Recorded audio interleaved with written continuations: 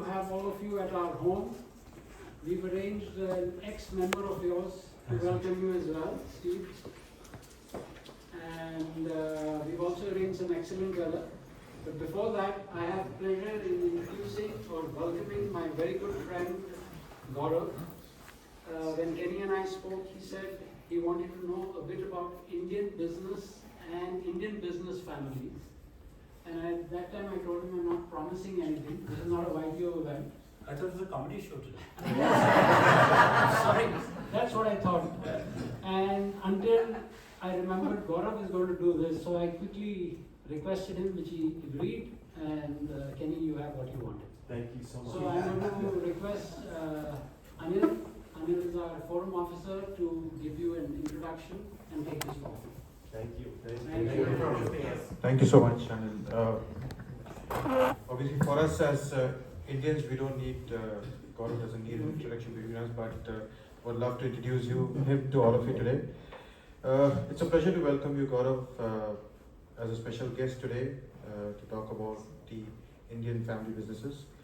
Gaurav is the chairman of Dalmia Group Holdings, a platform that invests across private equity, real estate, public markets, and structured debt.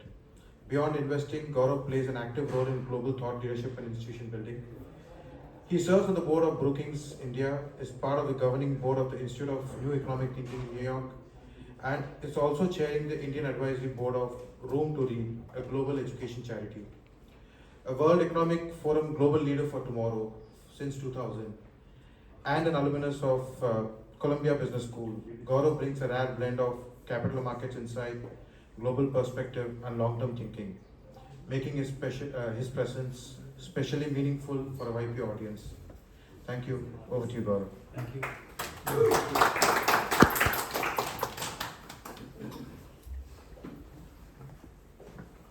Hi, good evening. Good evening. How's the jet lag? No, that's great. I'm talking nonsense, so we're slightly jet lagged. So the topic given to me was to talk about Indian family businesses, and alongside that, a little bit about the Indian economy. So what I've done is I've broken up my thoughts in three parts. One, lessons from family businesses in general, applying to India or Canada or Europe or anywhere else in the world. Some takeaways from Indian family businesses, case studies, things that we've seen, and some general trends and lessons about India and the world as we see it today. So, there's a saying that if you can manage a family business for 3 generations, you create an empire. I'm a 3rd generation businessman, and it's very difficult for businesses to sustain 3 generations or more in the same form, empirically speaking. But if you can create it for 3 generations, you create an empire. And if you can create it for 5 generations, you actually create a dynasty. So there are very few business dynasties around who've survived 5 or more generations. So with that backdrop, let me talk about what I've seen with the most successful family businesses, whether they're in India or whether they're global. The first is, and I can draw upon my grandfather, who was the founder of our family business. You can draw upon yourselves or your... Gaurav, can you speak on the mic a bit? Sure, sorry about It's that. not clear at the back. You can Yeah, no. similarly look at it. You push your mic a little. You can similarly... That's the boss. You can similarly look at it within your own family. Founders of businesses, whether in the tech world, within the tech world, or your own businesses. The first lesson I learned from my grandfather was intent comes first, resources follow. Which means on day one, a good entrepreneur doesn't have nearly the resources that he needs. And the trick then is to organize those resources, which really comes from drive and intent and so on. So that's what my first takeaway as I was getting into the family business. The second was a byproduct of this. In business school, you're taught strengths, weaknesses, opportunities, and threats, SWOT analysis. May I suggest that SWOT analysis is passé. We could possibly replace SWOT analysis with something I've learned from the tech world, which is called SOAR. And the acronym stands for Strengths, Opportunities, Aspirations, and Results. So not focus so much on weaknesses and threats, because you're confident you'll be able to overcome them. So that's a mindset shift from a very disciplined SWOT analysis to an aspirational SWOT analysis. The third thing I've seen is when you have a small business, when you're new in business, the distinguishing factor in your business is possibly operating efficiency. I operate my business more efficiently than yours, he operates his business more efficiently than mine, so you. As we scale, the variable changes from operating efficiency because we all become nearly as efficient over time. As we scale, the variable shifts from operating efficiency to strategy, which means, do you do your capex at the right time? Do you get into an adjacent industry at the right time, etc. And if you can do that better, your business will do better than mine, and so on. Over time, as you scale further, we all learn the same strategic tricks, right? So that arbitrage goes away. And for larger businesses, the defining variable is culture. So I've seen as businesses scale, you have to move from operating efficiency to strategy to culture. And if you talk to any of the people who run the big global multinationals, they tell you culture is their number one priority for this reason, because you're now working directly through your teams. There's a woman in the United States called Amy Chua, and she's written a book called The Battle Hymn of the Tiger Mother. So you heard of tiger moms, the Korean kids who show up in North America, work very hard, go to the right college, and make it in life. So from your local grocery store, they work in the grocery store, they go to a good college and they make it in life. And she highlights three things which a tiger mom, so as to speak, inculcates in her children, which is an immigrant's worldview. And I think the best entrepreneurs, the best family businesses have a similar immigrant type worldview, even though they may or may not be immigrants. The first is they're very confident. They're hardworking, they're confident, they're driven. The second is, which is an opposite of this, they're insecure because they're new, they still need to prove themselves. So they're insecure that they still need to prove themselves. And the third most important characteristic these tiger moms inculcate in their kids is impulse control, which means you delay gratification. If you make money, you don't go out and buy a fancy car or a fancy guitar as a kid. You save money for bigger and better things, to invest back in your business, and so on. And this distinguishes, I think, the best family businesses that you see. Now let me come to India. India is full of entrepreneurs. So on May 7th last year, India attacked Pakistan. It was called Operation Sindoor, and it lasted for 3 or 4 days. On 8th of May, the second day, some Indian businessman, a young entrepreneur, launched an herbal tea brand called Sindoor to capitalize on all the TV coverage of the name Sindoor. So that's Indian entrepreneurship for you. The Indian index is called the Nifty. The Nifty has 500 companies in it. There's a Nifty 50 index, there's a Nifty 500 index. So I'm looking at the Nifty 500 index. 66% of the companies in that index, these are the largest companies in India, 66% are family run or founder run if they're a tech startup. 12% are multinational companies which are listed in India through a series of economic policies of the past. A Nestle or a Unilever is actually listed in India. So 12% are these multinational global businesses which happen to be listed in India. 14% are public sector companies, the big oil companies and so on. And 8% are widely held domestic powerhouses. But 2/3 are family-owned businesses. That's the power of family-owned businesses in developing countries. Prosperity in India runs deep. Let me give you an example of what that means. India Today is a magazine in India, which is the equivalent of Time magazine. And about 4 years ago, they had a cover story on wealth being created by business people in tier 2 towns. So you forget the top 10 or 12 towns in India, cities in India, and you go deeper within. And they took a benchmark that if your net worth was more than $110 million, you would qualify to be studied for that research. And $110 million, because it was a round figure in rupees, it was 1,000 crores. So they featured 178, or they found 178 people whose stories they kind of summarized, and they featured about 40 of them. The collective net worth of these 178 people, I had heard of not a single person on that list, was 86 billion US dollars.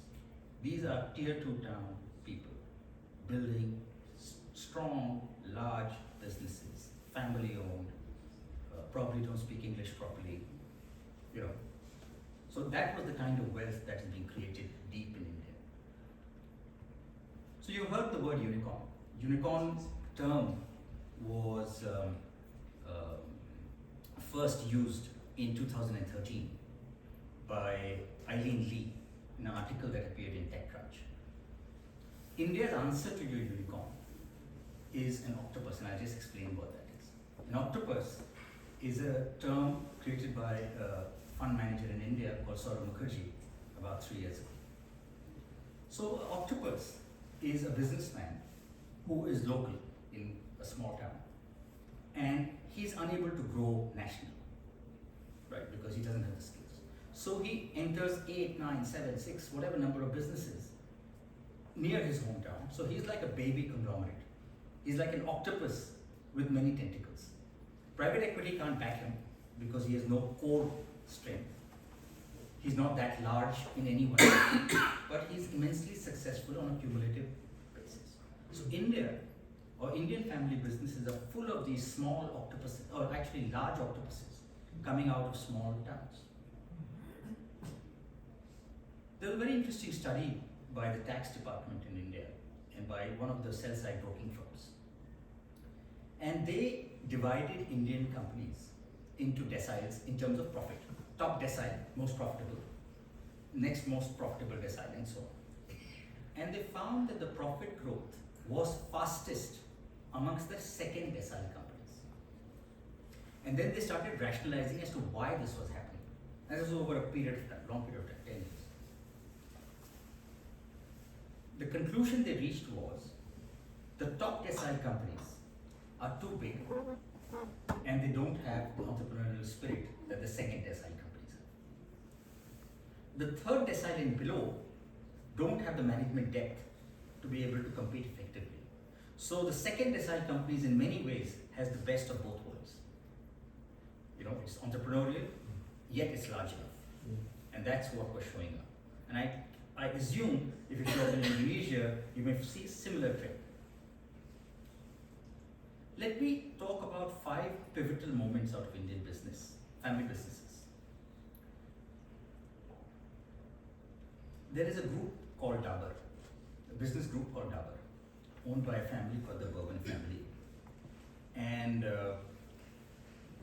in 1995, or I'm just picking the year 1995 because I don't exactly remember, they hired McKinsey to do a study on how they need to grow.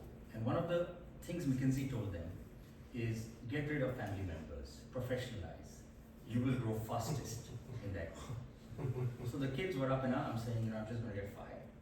Anyway, they slowly got their kids out of the business. They professionalized it. In 1995, the market cap of Dabur was $10 million.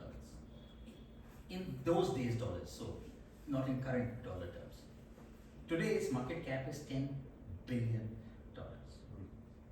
That was the reward for professionalizing the business. Obviously, there was an Indian consumer boom in the meantime, capitalizing on that Indian consumer. But when they made that bet, it was quite controversial. It was not clear that it would work out. The second I want to talk about is an Indian business group called Mahindra. And it's run currently by a man called Mahindra. who actually just retired as chairman, I think last year. About 10 years ago, Anand Mahindra made a statement. He said the future of family businesses is to be more and more like a private equity shop. So Mahindra will look more like Blackstone than like a family business in 10 years. Which means they have a steel business, they have an automotive business, they have an IT services business. Those businesses will be independently run.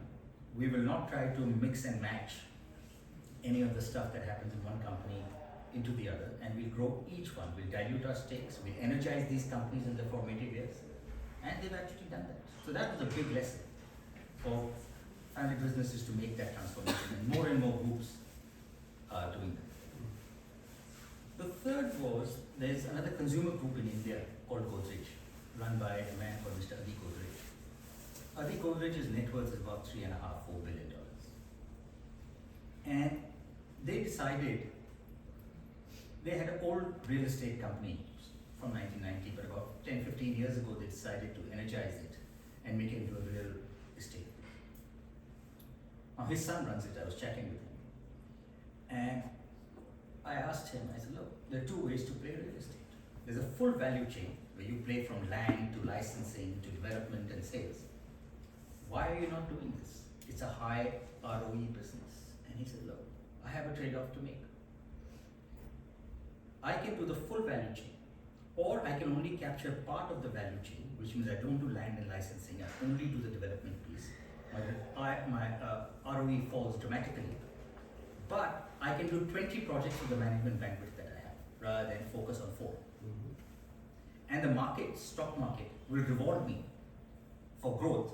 It won't reward me for having all these latent assets of land, etc., etc. So he did a very acute analysis, and he gave up ROE consciously for growth. Now let me give you some stats.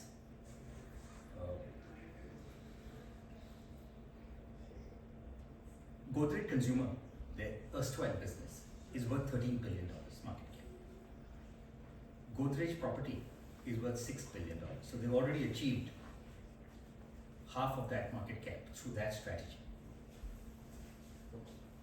I'll give you 2 more examples. A friend of ours, his name is Bhartia, runs a group called the Jubilant. And I don't know which year it was, let's assume it was 2000. They're in the chemicals business and such likes. They decided they wanted to enter the pizza business. And I'm just quoting Hari. So when Hari wanted to enter the pizza business, they were discussing internally, and obviously they did their SWOT analysis, unfortunately, and they figured they had no strengths in that business. So they decided to make a very small bet. The bet at that time was about $4 million. And they said, that's it. We'll put in $4 million. We'll go out and raise money as we need, and we'll grow. Today, they own 55 or 60% of that company. Today, that company is called Jubilant Foods. Jubilant Foods, which was capitalized with $4 million in let's pick a year, 2000, is today worth $3.9 billion.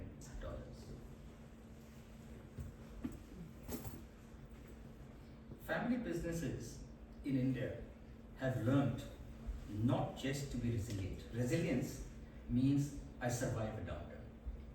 They've learned to be anti-fragile, which means they want to capitalize in a downturn.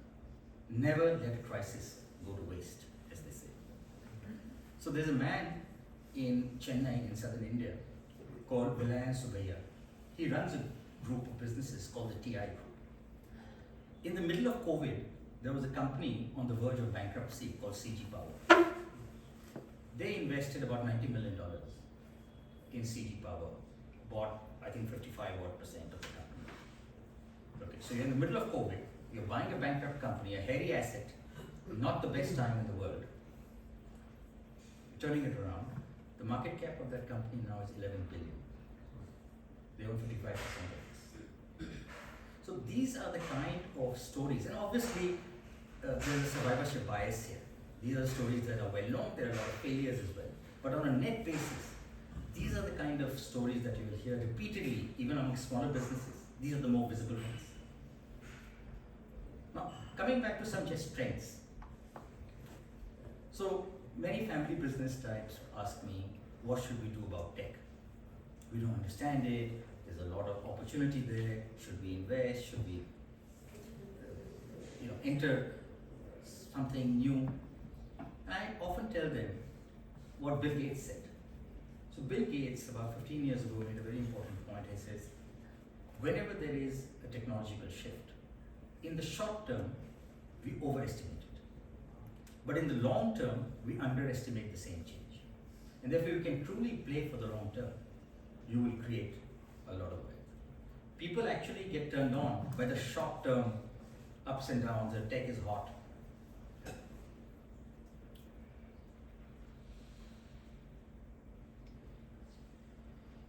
Every business that has survived 50 years has in some way or the other had a refounding moment.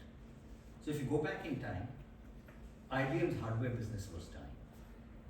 It was refounded, quote unquote, and became a software company. Microsoft was plateauing. And then it was refounded in some sense by the new CEO, Satya Nadella, in the AI world. So family businesses similarly need to refound themselves if they need to prosper for 50 years or 100 years or whatever.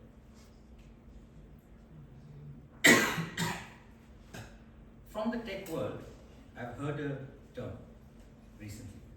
It's called grindcore. And I think all family business should have it. Grindcore means hard work and hustle. I thought it was a cool term. The last comment I want to make is, I was reading an interview of Jack Ma, and he made a very important philosophical point which you all need to ponder on. He says, in life, in business life or personal life, you've got to figure out what do you have. Number two, what do you want? And most importantly, what are you willing to give up? So on that, thank you very much. I hope you guys have a good trip.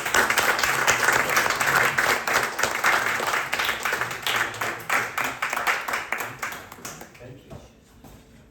I don't know if I've overtaken overstayed. Oh, that was great. Thank you so much. It's so impressive. We're seeing such different variations of India Question? today and yesterday. This is the opulent version of India. It's really a pleasure to see you. Thank you for sharing.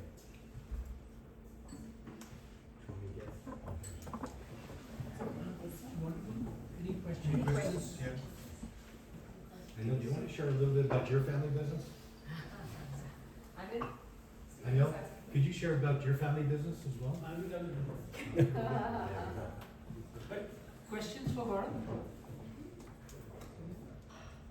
As the percentage of family business, it's crazy percentage of the market that is family business in India. Is that growing or shrinking? Shrinking. But it's shrinking not as fast as people would think. It is shrinking because there's normal churn, the league Yeah. tables are changing. Yeah,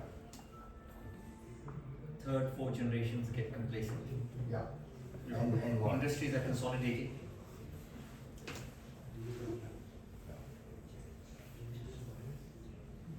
Sorry, so if somebody wants to have an exposure to allocate capital to the India, what would be, as a foreign, what would be the best way to go about doing that?